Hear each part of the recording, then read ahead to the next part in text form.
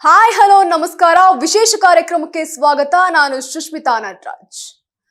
ನೈಋತ್ಯ ದೆಹಲಿಯಲ್ಲಿರುವಂತಹ ತಮ್ಮ ಮನೆಯಲ್ಲಿ ವ್ಯಕ್ತಿಯೊಬ್ಬ ತನ್ನ ಲಿವ್ ಇನ್ ಸಂಗತಿಯನ್ನ ಉಸಿರುಗಟ್ಟಿಸಿ ಕೊಂದು ಅದನ್ನ ವಿಲೇವಾರಿ ಮಾಡುವ ಉದ್ದೇಶದಿಂದ ಆಕೆಯ ಶವವನ್ನ ತನ್ನ ಕಾರ್ನಲ್ಲೇ ಇರಿಸಿದ್ದ.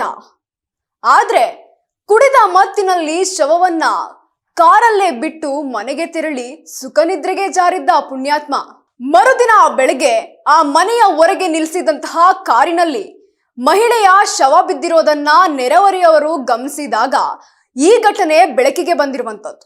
ಹೌದು, ದೆಹಲಿಯಲ್ಲಿ ಕುಡಿದ ಮತ್ತಿನಲ್ಲಿ 44 ವರ್ಷದ ಮಹಿಳೆಯನ್ನ ಆಕೆಯ ಲಿವ್ ಇನ್ ಸಂಗತಿ ಕೊಲೆ ಮಾಡಿರುವ ಘಟನೆಯೊಂದು ನಡೆದಿದ್ದು, ಆತ ಆಕೆಯ ಕುತ್ತಿಗೆ ಇಸುಗಿ ಕೊಲೆ ಮಾಡಿದ್ದಾನೆ.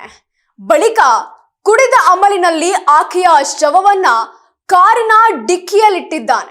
ಆದ್ರೆ ಕುಡಿದಿದ್ದು ಜಾಸ್ತಿ ಆದ್ರಿಂದ ಕಾರು ಚಲಾಯಿಸಲು ಸಾಧ್ಯವಾಗದ ಕಾರಣದಿಂದ ಆಕೆಯ ಶವವನ್ನ ಅಲ್ಲೇ ಬಿಟ್ಟು ಮನೆಗೆ ಹೋಗಿ ಮಲಗಿದ್ದ.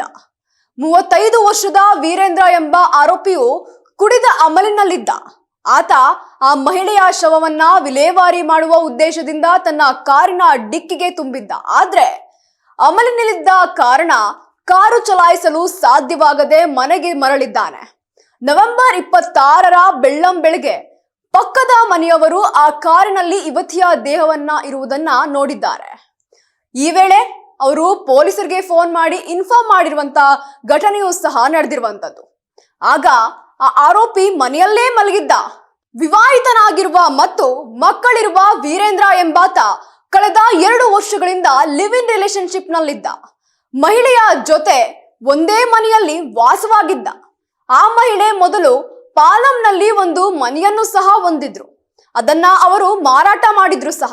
ಆ ಹಣವನ್ನ ಬಳಸಿಕೊಂಡ ವೀರೇಂದ್ರ ಆಗಸ್ಟ್ ನಲ್ಲಿ ತನ್ನ ಹೆಸರಿನಲ್ಲಿ 3 ಅಂತಸ್ತಿನ ಮನೆಯನ್ನ ಖರೀದಿಸಿದ್ದ ಎಂದು ಅಧಿಕಾರಿಗಳು ಈಗ ಮಾಹಿತಿಯನ್ನ ನೀಡಿದ್ದಾರೆ. ಇನ್ನು ಮಾರಾಟದಿಂದ ಬಂದ ಹೆಚ್ಚುವರಿ 21 ಲಕ್ಷ ರೂಪಾಯಿ ಹಣ ವೀರೇಂದ್ರ ಅವರ ಬಳಿಯೇ ಉಳಿದಿತ್ತು. ಈ ವಿಷಯ ಆಗಾಗ ಇಬ್ಬರ ನಡುವೆ ಜಗಳಕ್ಕೂ ಸಹ ಕಾರಣವಾಗಿತ್ತು ಎಂದು ಪೊಲೀಸರು ಹೇಳಿದ್ದಾರೆ.